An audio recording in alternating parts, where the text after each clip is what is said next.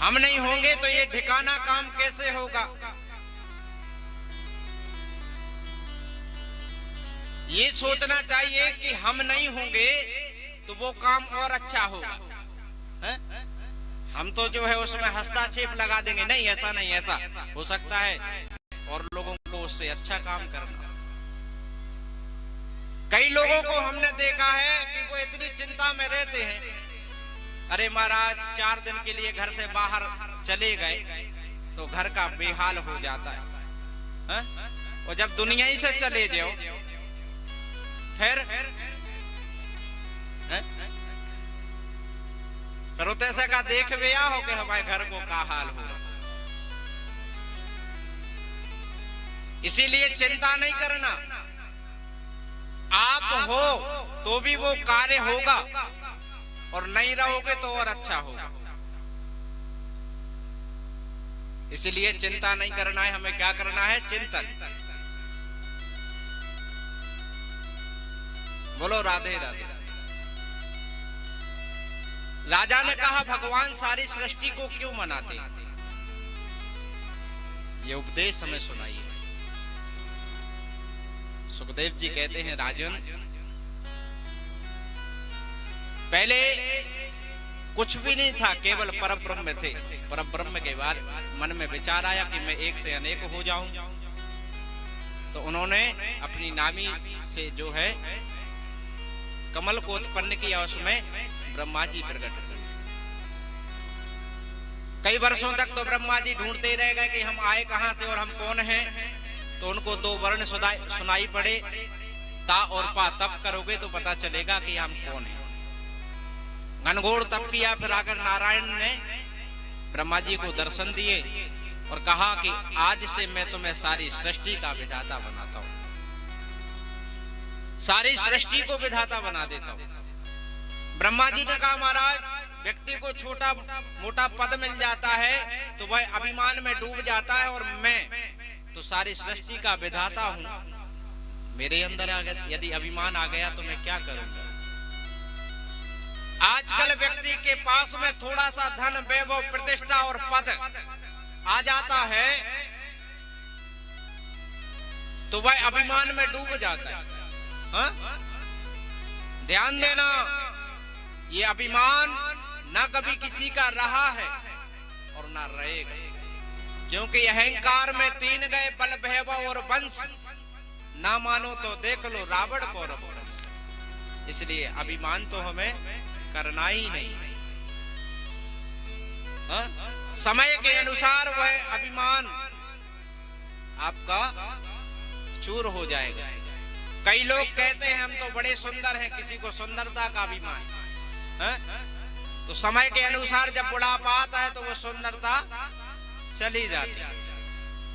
धन का यदि अभिमान करता है और यदि आपके पास में सच्चा सद्गुरु सत्संग नहीं है और आप अभिमान में चूर है, तो वो धन भी नहीं ज्यादा दिन तक टिकता।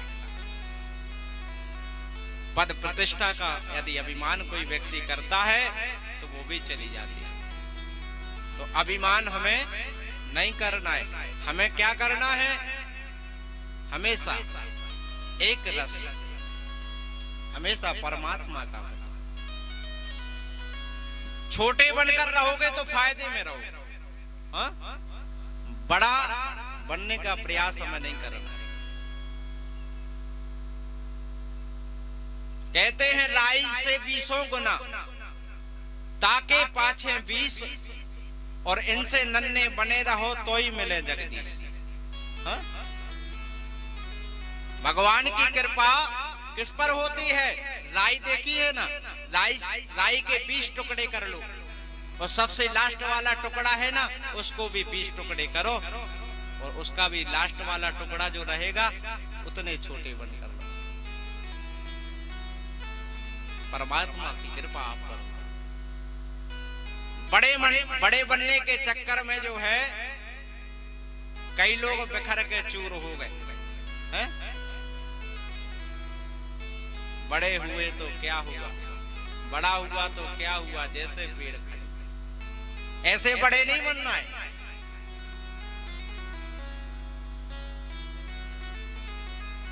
बड़े बनना है तो ऐसा कर्म करके जाओ कि आपके मरने के बाद भी आपके नाम को व्यक्ति लेता रहे। हाँ? ऐसे काम करके जाओ, ऐसे बड़े बनो।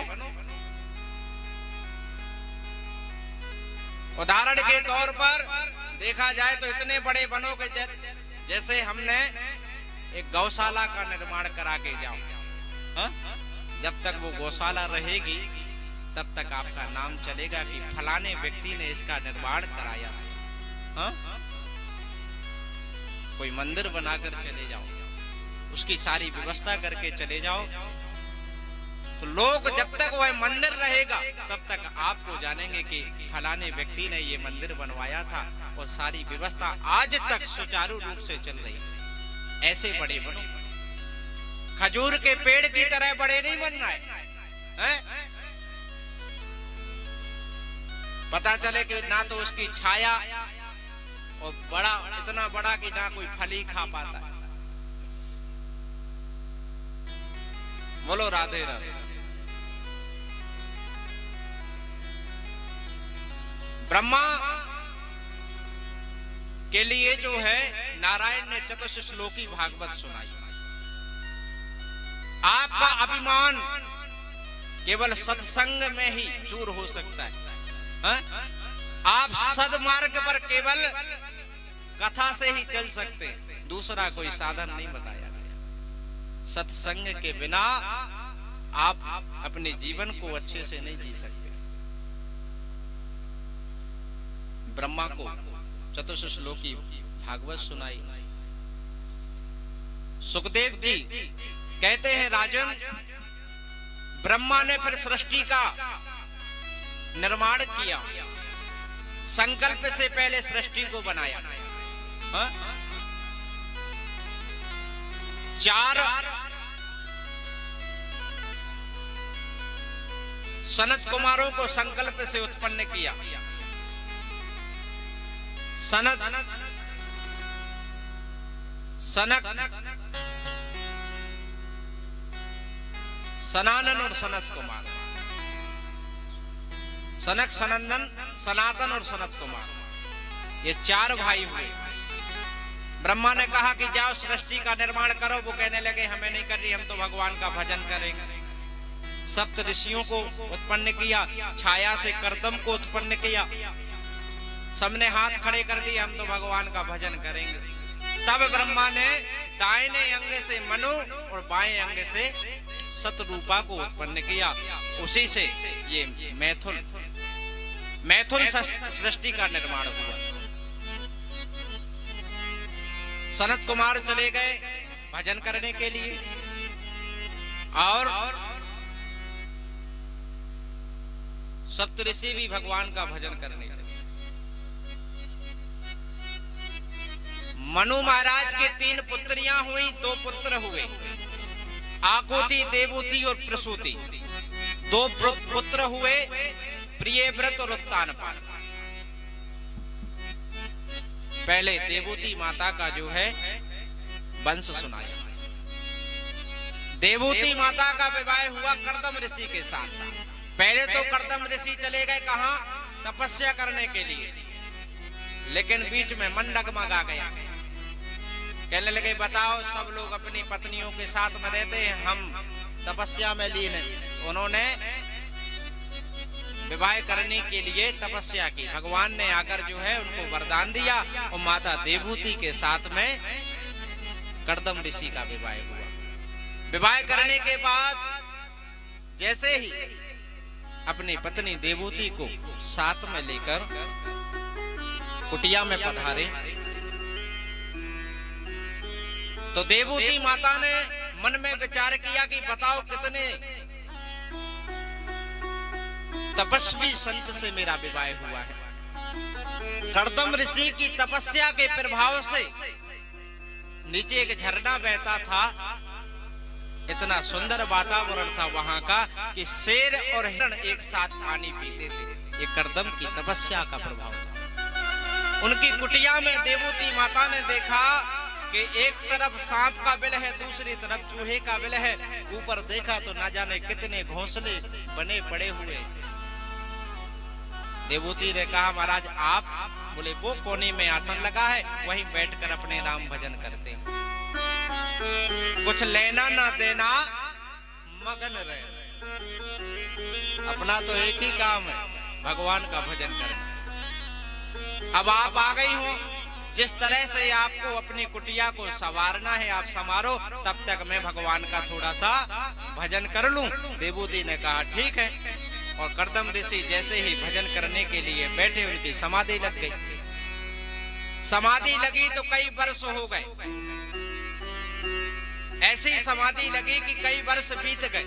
अब आप विचार करके देखो कि वह देवूती, उनका वैवाहिक जीवन शुरू भी नहीं हुआ और पतिदेव बैठ गए समाधि में। लेकिन देवूती ने सोचा कि विवाह के बाद पति ही सर्वस्व होता है और पति का घर ही उसका घर होता है। यह सोचकर खूब सेवा की देवूती माता ने। जल भर कर ले आए, गीले कपड़े से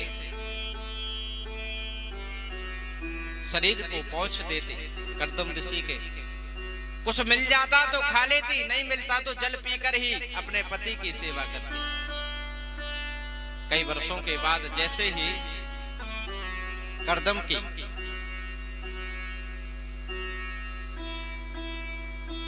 तपस्या पूरी, समाधि खुली, नेत्रों को खोलकर देखा तो सामने एक बूढ़ी सी औरत को सामने पाया।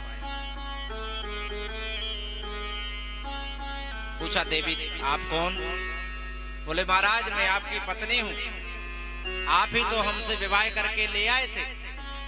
फिर याद आया, ओहो देवी आप तो बिल्कुल बूढ़ी हो गई। बोले क्या कह रहे हैं महाराज, आपकी समाधि लगी, हम क्या करते? बोले इतने दिन आप रही कैसे? आपने क्या खाया क्या पिया? इस निर्जन वन में अकेली रही।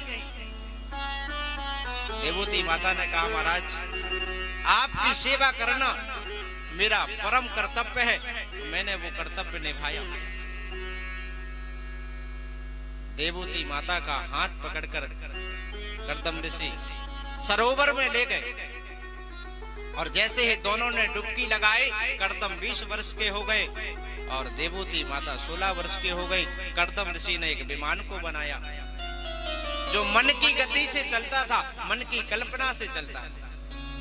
दुनिया के सबसे पहले वैज्ञानिक हुए कर्दम ऋषि, जिन्होंने ऐसा विमान बनाया जो मन की गति से चलता था। देवूती माता को बिठालकर जो है कई वर्षों तक परिहास किया। कालांतर में 9 कन्याएं हुई और 10वीं संतान के रूप में साक्षात कपिल देव पधारे। बोलो कपिल देव भगवान की जय हो। 9 कन्याओं का विवाह हुआ और कर्दम ऋषि ने कहा कि आप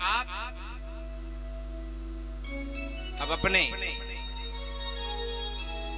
हिसाब से अपने जीवन को जिए, हम अपने कर्तव्यों का पूरा पालन कर चुके।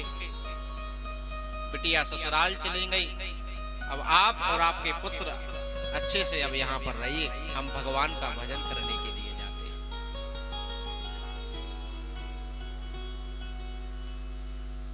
आज माता देवूती कपिल देव के पास में जाकर कहने लगे, कपिल देव भगवान सांख्य शास्त्र के बहुत बड़े ज्ञाता हैं और देवूती माता कहती हैं कि बेटा मैं तुमसे कुछ प्रश्न पूछना चाहती हूं। कपिल देव ने कहा पूछिए मैया। देवूती माता कहती है कि मैं जितनी सौभाग्यशाली हूं शायद ही है मेरे जैसा सौभाग्यशाली कोई होगा। सृष्टि के सबसे बड़े राजा की पुत्री हूं और इतने बड़े तपस्वी संत की पत्नी, और तुम जैसे सांख्य शास्त्र के ज्ञाता की माता हूं। मेरे जैसा भाग्यशाली और कौन होगा। लेकिन मैंने इतना सुख भोगा, इतना सुख भोगा, परंतु मेरी आत्मा तृप्त नहीं हुई। मेरे मन में कभी संतुष्टि नहीं आई।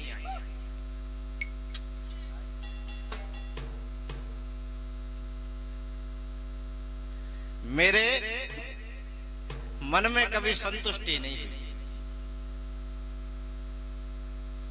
और ना ही मुझे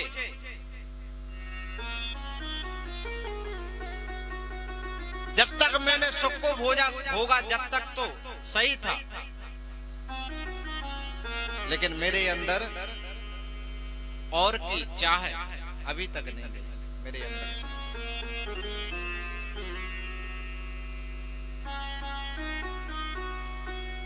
और व्यक्ति हमेशा सुख की चाह में क्यों पड़ा रहता है। कहते हैं कि व्यक्ति सुख की चाह में दुख को ले लेता है, हमेशा सुख की तलाश में फिरता रहता है व्यक्ति। सब लोग चाहते हैं ना कि मेरे जीवन में सुख आए, हाँ? और कोई कह सकता नहीं कि महाराज मैं सुखी हूं। चाहते सब सुख है, परंतु जीवन में सुख है नहीं। जिससे पूछो वही कहेगा महाराज हम तो बहुत दुखी हैं, हाँ? कोई तन दुखी, कोई मन दुखी, कोई धन बिन रहत उदास, थोड़े थोड़े सब दुखी, सुखी राम के दास। कोई तन से दुखी है और कोई मन से दुखी है, कोई धन बिन रहत उदास। किसी के पास धन नहीं है इसलिए दुखी है, किसी के पास धन तो है, खूब पैसा है, रुपया है, जमीन है, जायदाद है, परंतु तन से दुखी है, सुख से भोजन ही नहीं कर पाते हैं महाराज, हाँ? मन से दुखी है, कभी पत्नी बात नहीं सुनती, कभी बच्चा बात नहीं सुनता, कभी ये चाहते थे तो ऐसा नहीं हुआ, कभी वो चाहते थे तो वैसा नहीं हुआ, ऐसे मन से दुखी है। कोई धन बिन रहत उदास, हाँ? बहुत मेहनत करने के बाद जो है उतना धन पर्याप्त नहीं हो पाता जिससे अच्छे से घर चल जाए, इसलिए धन से दुखी। दाम बिना निर्धन दुखी, तृष्णा बस धनवान, और कहूं न सुख संसार में सब जगली नौछान। सुख है ही नहीं। दीन कहे धनवान सुखी, धनवान कहे सुख राजा को भारी, राजा कहे महाराजा सुखी, महाराजा कहे सुख इंद्र को भारी, इंद्र कहे चतुरानन को सुख, ब्रह्मा कहे सुख विष्णु को भारी, और तुलसीदास विचार करें हरि भजन बिना सब जीव दुखारी। सुख कहाँ है? सुख तो केवल परमात्मा के भजन में, परमात्मा के चरणों में है। अरे मिलता है सच्चा सुख केवल भगवान तुम्हारे चरणों में। मिलता है सच्चा सुख केवल भगवान तुम्हारे चरणों में। कहाँ है सुख?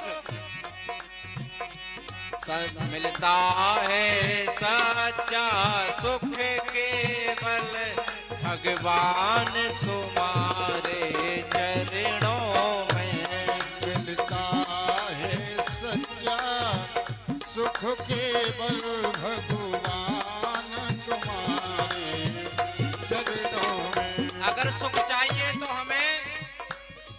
परमात्मा के चरणों को पकड़ना है, हाँ?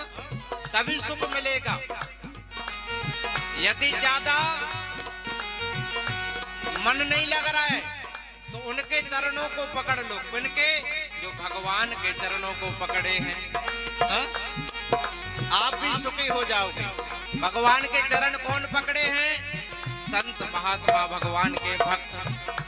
मिलता है सच्चा सुख केवल भगवान तुम्हारे चरणों में। मिलता है सच्चा सुख केवल भगवान तुम्हारे चरणों में।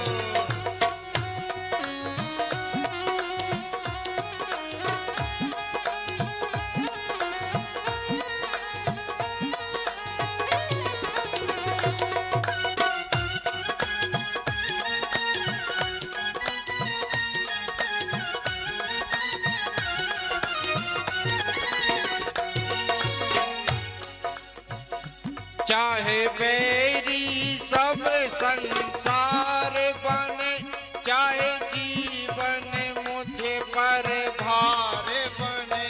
चाहे मेरी सब संसार बने, चाहे जीवन मुझ पर भार बने।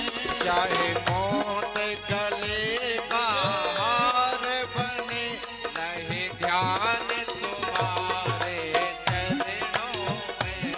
मिलता है सच्चा सुख केवल भगवान तुम्हारे चरणों में। सभी लोग तालियां बजाते हुए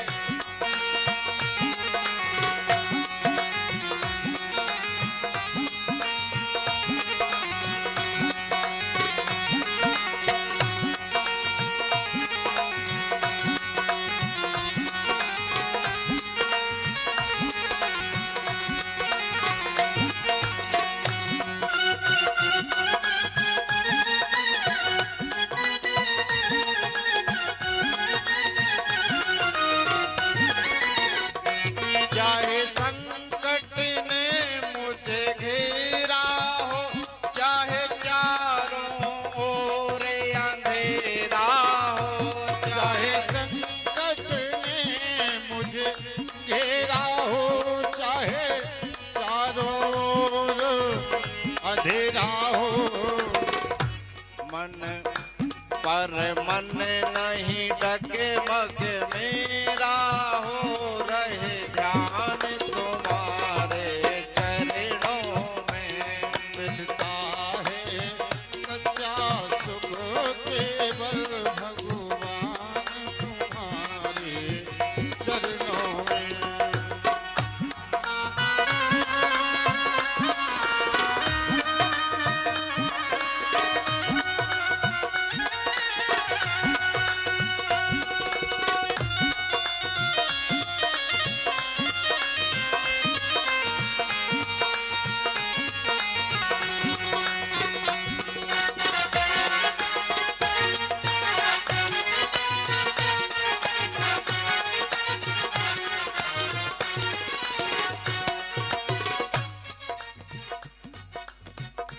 मिलता है सच्चा सुख केवल भगवान तुम्हारे चरणों में। मिलता है सच्चा सुख केवल भगवान तुम्हारे चरणों में। मिलता है सच्चा सुख केवल भगवान तुम्हारे चरणों में। सच्चा सुख केवल भगवान के चरणों में है, उनकी कथा में है। इसलिए हमें ज्यादा से ज्यादा भगवान का भजन करना है। देवहूति कहते हैं कि बेटा, व्यक्ति की और की कामना कभी पूरी क्यों नहीं होती, और की चाह कभी पूरी नहीं होती। जीवन में चाहे व्यक्ति को कितना भी कुछ प्राप्त क्यों ना हो जाए, परंतु और की कामना तो व्यक्ति को लगी ही रहती है। पहले कच्चा मकान था तो सोचते थे कि एक पक्का मकान और बन जाए। हाँ? मकान बन गया, फिर चाहे किसकी बड़ी, अब मकान तो बन गया, एक साधन की व्यवस्था और हो जाए। हाँ? मोटरसाइकिल ले ली, फिर बोले मोटरसाइकिल में तो ठंड लगती है, कार होनी थी। हाँ? तो कहते हैं कि ये और की चाह व्यक्ति की जीवन भर पूरी नहीं होती। वह मृत्यु को तो प्राप्त हो जाता है, परंतु और की कामना कभी नहीं मिटती। और की कामना कभी पूरी नहीं होती। चाहत, ये चाह व्यक्ति की दिन प्रतिदिन बढ़ती जाती है। कहते हैं कि चाह पैसों से यानों में आती रही, चाह पैसों से यानों में आती रही, चाहे आनों से रुपया बनाती रही, चाहे रुपयों से नोट बुनाती रही, चाहे नोटों से कोटी बुनाती रही, चाहे कोटी से मोटर मंगाती रही, चाहे मोटर से होटल में जाती रही, चाहे होटल में बोतल खुलाती रही। अरे चाहे क्या क्या ना करती कराती रही। चाहे पाली जिन्होंने वो पीले हुए, और चाहे छोड़ी जिन्होंने रसीले हुए, चाहे जर से लगी जी जरा हो गया, और चाहे हरी से लगी जी हरा हो गया। चाहे उनकी हमको हरदम चाहिए, वो अगर चाह ले तो फिर क्या चाहिए। यही चाहे हमें परमात्मा की लग जाए, यह चाहे जैसे संसार की चीजों की होती है, ऐसी चाहे परमात्मा की हो जाए तो हमारा जीवन धन्य हो जाएगा। और ये मृत्यु लोक है, मृत्यु लोक में जो आया है उसको दुख तो भोगना पड़ेगा। हाँ? क्योंकि मृत्यु लोक का एक नाम है दुख्यालय। दुख्यालय नाम है। अब दुख्यालय में दुख नहीं मिलेगा तो क्या मिलेगा।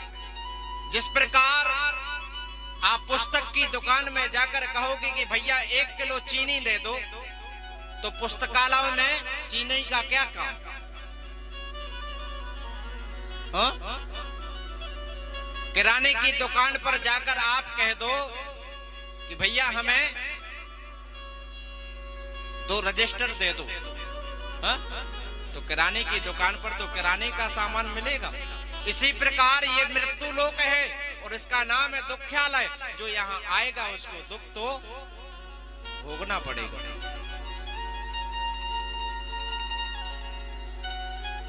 अगर दुख की निवृत्ति करना हो, कष्ट की निवृत्ति करना हो, तो ज्यादा से ज्यादा हमें कथाओं का अनुसरण करना है, सत्संग को अपनाना है। आपके दुख अपने आप मिट जाएंगे। बोलो राधे राधे। ऐसा सुंदर सांख्य शास्त्र का सार कपिल देव ने सुनाया। देवूती माता पिंगला नाम की नदी बन गई और बहने लगी। मेरे कपिल देव भगवान ने आचमन किया और जाकर गंगा सागर के लिए चल दिए। आज भी कपिल देव जी वहां पर निवास करते हैं। बोलो कपिल देव भगवान की। परीक्षित कहते हैं भगवान के 24 अवतार हुए, उनमें से एक कपिल देव का अवतार था, सनत कुमारों का अवतार था। हाँ? संत नारद का अवतार भी भगवान का अवतार माना गया। और भगवान ने एक 12 अवतार लिया। 12 अवतार को लेकर मेरे प्रभु ने हिरण्याक्ष का वध किया। जो हिरण्याक्ष पृथ्वी को धरातल में ले गया, समुद्र में ले गया,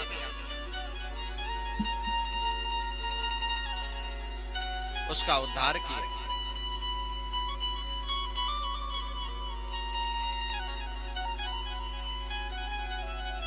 सुखदेव जी कहते हैं माता देवूती का वंश फिर आगे नहीं चला। उनकी जो 2 बहनें थी, आकृति और प्रसूति। तो प्रसूति नाम की जो बहन है वो दक्ष नाम के प्रजापति को ब्याही गई, और आकृति नाम की जो बहन थी वह रुचि प्रजापति के साथ में उनका विवाह हुआ। उन्हीं के यहाँ पर यज्ञ देव का प्रादुर्भाव हुआ। बोलो यज्ञ नारायण भगवान की। प्रसूति माता का विवाह दक्ष प्रजापति के साथ में हुआ,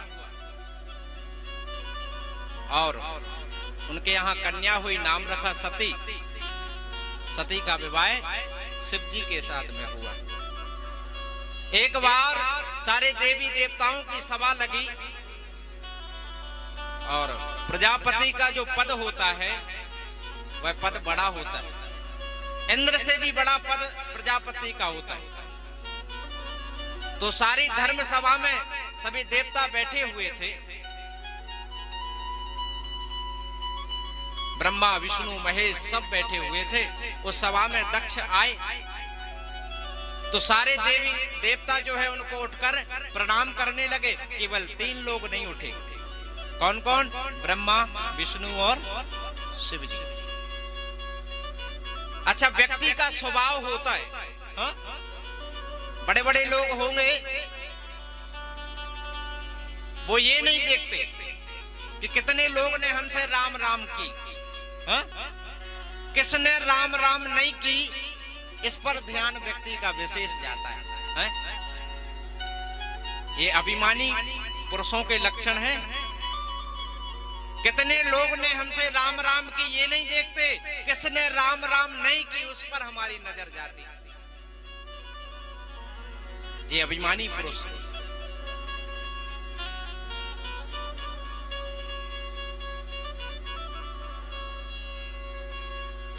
दक्ष ने देखा कि चलो ब्रह्मा जी इसलिए नहीं उठे क्योंकि वे मेरे पिता हैं, और विष्णु इसलिए नहीं उठे क्योंकि मेरे आराध्य हैं, लेकिन ये तो मेरा दामाद है, इसको तो उठकर मुझसे प्रणाम करना चाहिए था। हा? बहुत बुरा भला कहने लगे। अरे वो तो पुत्री के प्रेम के प्रभाव में मैं झुक गया। हा? तुम जैसे पाखंडियों के चक्कर में मैं पड़ता ही नहीं। हा? तुम्हारा तो मुझे पहनावा भी पसंद नहीं है। भोले बाबा को बुरा भले कहने लगे। शमशान में तो वास करते हो, हा? तन ढकने को कपड़ा नहीं है, भभूति लपेटे हुए घूमते रहते हो।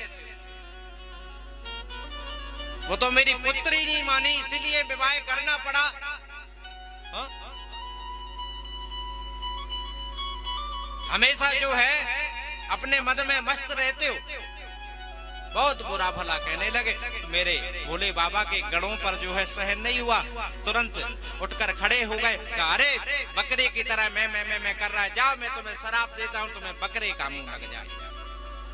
यहाँ पर भृगु ऋषि बैठे हुए थे। भैया ससुर जमाई में बातें हो रही थी, तुम क्यों बीच में बोले? तो यहाँ पर भृगु ऋषि ने शराब दे दिया, जाओ शिव के गण पाखंडी हो जाए।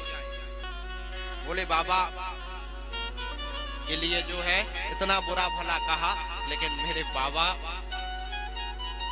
के लिए बुरा नहीं लगा। ये बाबा का स्वरूप है, स्वभाव है। हा?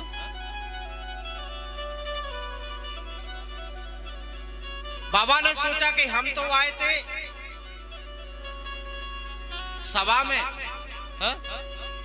यहाँ तो सभा समारोह में आए थे, और यहाँ तो शराब समारोह होने लगा। एक दूसरे को लोग शराब दे रहे हैं।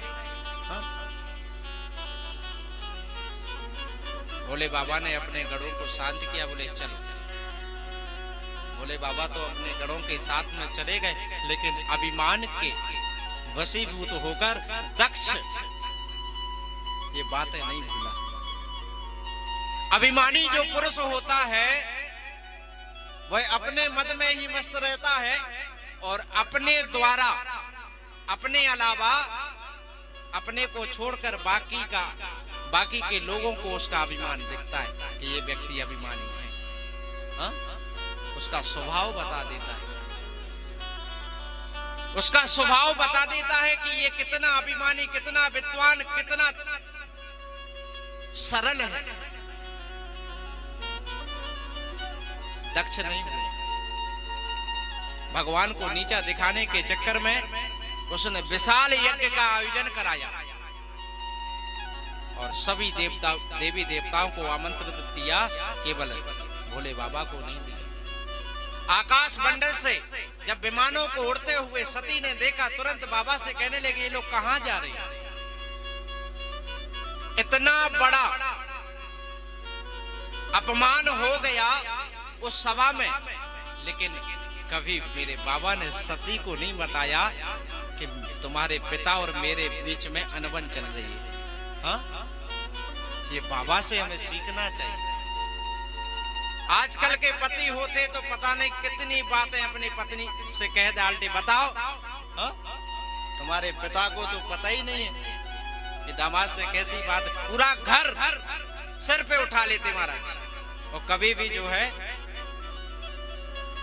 ससुराल का मुंह नहीं देखते अगर आजकल के पति होते। लेकिन मेरे बाबा ने कभी भी सती को नहीं बताया। कई बरसें बीत गए। आज पूछा, ये कहां जा रहे हैं? बाबा ने कहा, तुम्हारे पिता बहुत बड़े विशाल यज्ञ का आयोजन करा रहे हैं, ये सब लोग वहीं जा रहे हैं। बोले पिताजी? बोले हाँ। बोले हमें तो बताया ही नहीं, हमें तो पता ही नहीं। आज जाकर बताया कि इस कारण से तुम्हारे पिता ने हमको नहीं बुलाया। मेरे बाबा सच में ही कर्पूर गौरव है, हाँ? करुणावतारम।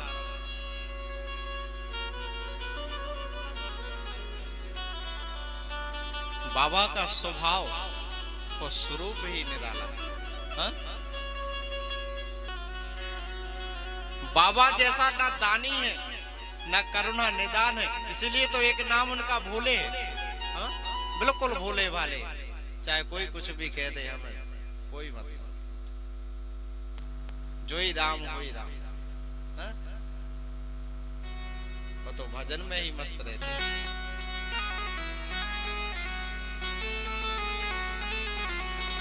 भोले बाबा से सती ने कहा कि स्वामी मैं जाकर अपने पिता को समझाऊंगी, आप चिंता ना करें। बहुत दुराग्रह किया। बाबा ने देख लिया कि सती मानने वाली नहीं है, इसलिए जाने की अनुमति दे दी। और जाकर उन्होंने देखा कि मेरे पति का आसन नहीं है, भाग भी नहीं है। तुरंत जाकर जो है सती ने अपनी शरीर को जो है जलाकर भस्म कर दिया। मेरे बाबा को क्रोध आया, तुरंत जटा उखाड़कर वीरभद्र को उत्पन्न किया और वीरभद्र के द्वारा दक्ष के यज्ञ को विध्वंस करा दिया। बाद में समझौता हुआ, हाँ? वीरभद्र ने दक्ष के गले को काट दिया, यज्ञ विध्वंस हो गया। बाद में समझौता हुआ, दक्ष को बकरे का मुंह लगाया गया और यज्ञ संपन्न हुआ।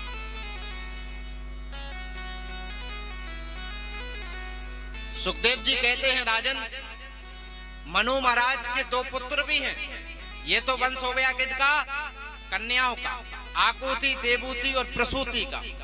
अब दो पुत्र हैं, प्रियव्रत और उत्तानपाद। प्रिय यानी अच्छा और व्रत यानी प्रतिज्ञा, हाँ? प्रियव्रत का अर्थ होता है जिसके जीवन में सुंदर प्रतिज्ञा हो।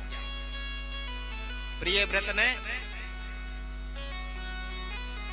अच्छा व्रत तो सब लोग करते होंगे, है ना? तो व्रत का मतलब होता है प्रतिज्ञा, और हम लोग व्रत को मानते हैं केवल भूखा रहना, हाँ? आज हम व्रत हैं यानी भूखे रहेंगे, केवल फलाहार करेंगे, हाँ? यही होता है क्या व्रत? व्रत करना केवल भूखा रहना और फलाहार करना नहीं होता है। व्रत का मतलब होता है सुंदर प्रतिज्ञा। आज हम प्रतिज्ञा लेते हैं कि आज दिन भर हम झूठ नहीं बोलेंगे, किसी से बुरा नहीं बोलेंगे, हाँ, किसी से लड़ाई नहीं करेंगे, किसी से चुगली नहीं करेंगे, और पूरा दिन बैठकर जो है भगवान का चिंतन करेंगे। ये होता है व्रत। अब हम लोग तो व्रत के बारे में ही नहीं जानते कि व्रत होता क्या।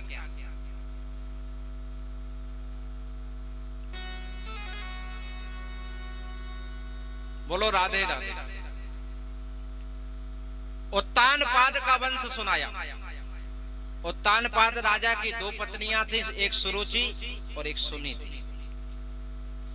सुरुचि के कहने पर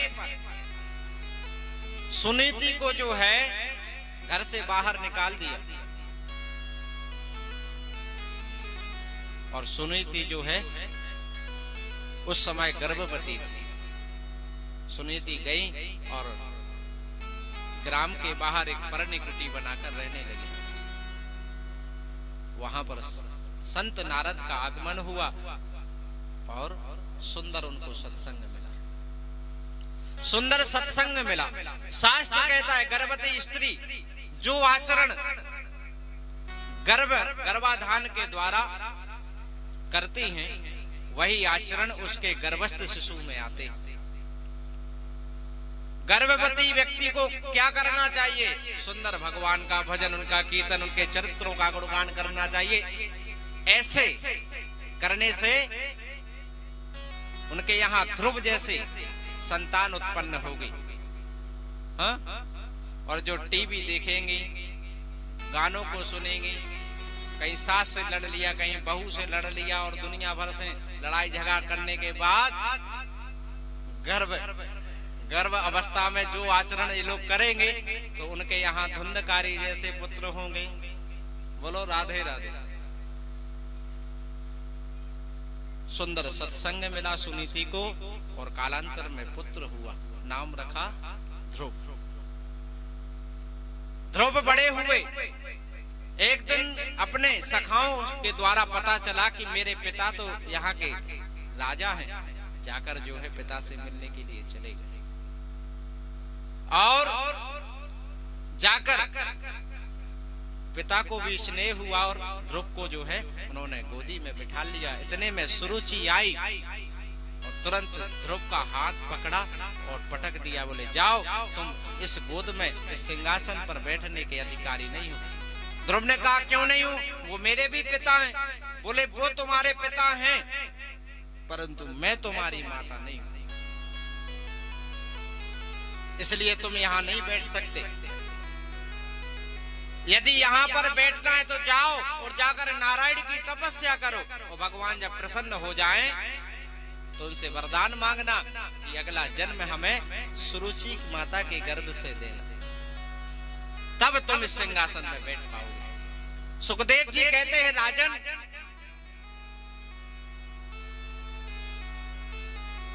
सुरुचि ने केवल ध्रुव का अपमान नहीं किया, अपितु नारायण का भी अपमान किया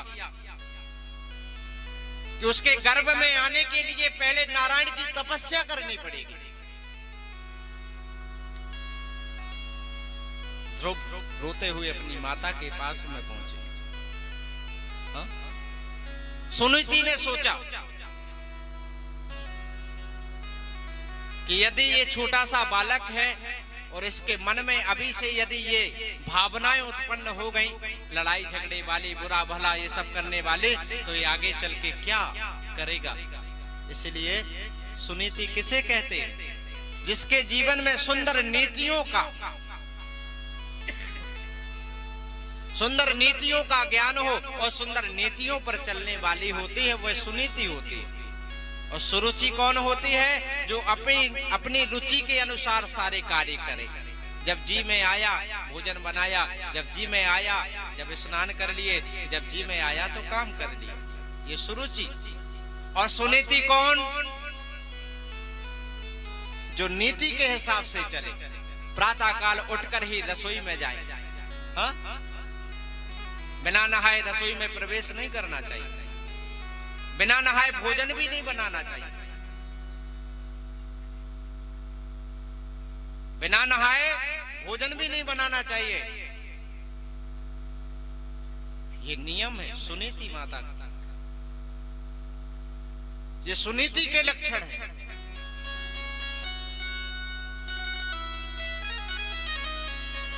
ध्रुव जी महाराज ने कहा, माता ने ऐसा ऐसा किया, बोले सही तो कहा है, हा?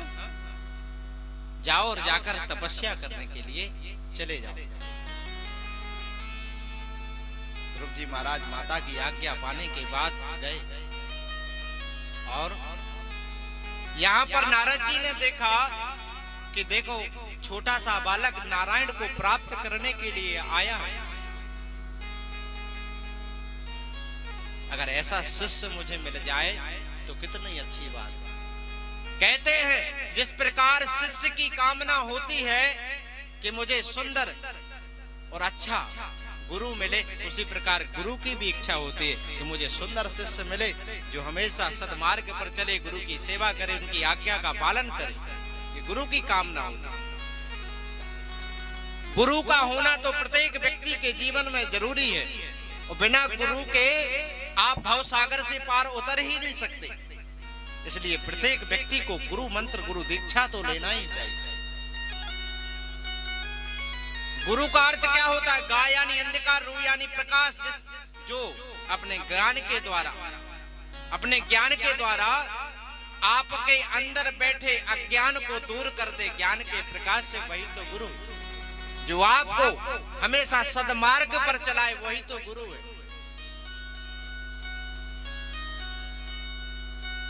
गुरु का होना प्रत्येक व्यक्ति, और गुरु मंत्र जिसने नहीं लिया, जिसने गुरु दीक्षा नहीं ली, आप चाहे व्रत करें, चाहे यज्ञ करें, चाहे अनुष्ठान करें, उसका फल आपको नहीं मिलता है।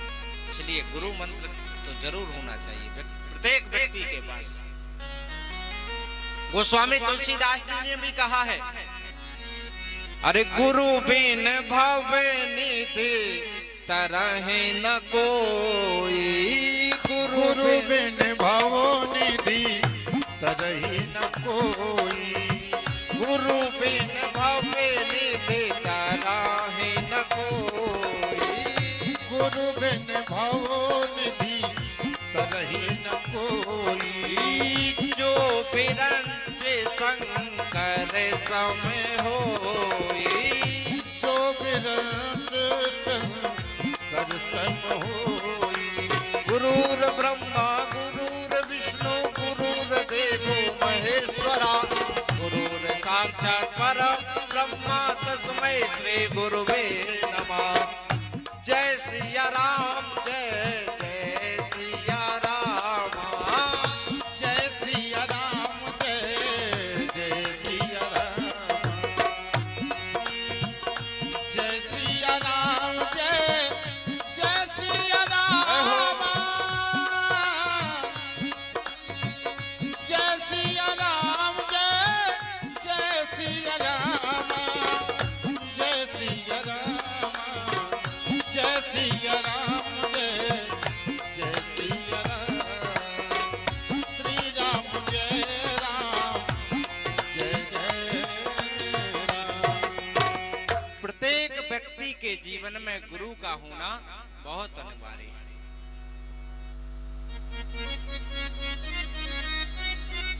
जिस प्रकार शिष्य की कामना होती है सुंदर गुरु मिले, इस प्रकार गुरु की भी कामना होती है सुंदर शिष्य मिले। लेकिन कछु शिष्य गुरु जी हरों को ऐसे मिल जाते कि पूछो नहीं। हाँ? एक व्यक्ति के यहाँ पर दो पुत्र हुए और दोनों भाइयों के लिए उनके पिता ने गुरु दीक्षा दिलाई। बड़े हुए, बड़े होने के बाद उनका विवाह हुआ और विवाह के बाद दोनों अलग अलग। विवाह के बाद अलग अलग हुए, हर चीज का बंटवारा हो गया, जमीन का, जायदाद का, धन का, रुपया, पैसा, बर्तन, घर, सब कुछ का बंटवारा हुआ। बोले अब हर चीज का बंटवारा हो गया, अकेले गुरुजी बचे। अब गुरुजी को फाड़ के तो कर नहीं सकते। हाँ? तो बोले एक काम करो, दाहिनी तरफ पे गुरुजी तुम आए, बाईं तरफ के हम आए। गुरु जी का भी बंटवारा कर लिया। बहुत दिन के बाद उनके गुरु जी आए उनसे मिलने। अब गुरु जी को पता ही नहीं है तो कहे हमारा सोई बंटवारा होगा। हैं? पहुंचे बड़े भाई के यहाँ, उनने सुंदर भोजन कराए। हाँ? और बढ़िया कह ले गुरु जी लेट जाओ, हम आपकी सेवा करें। सेवा करने के लिए जैसे ही गुरु जी लेटे तो वो अपने हिस्सा को दबाने लगा।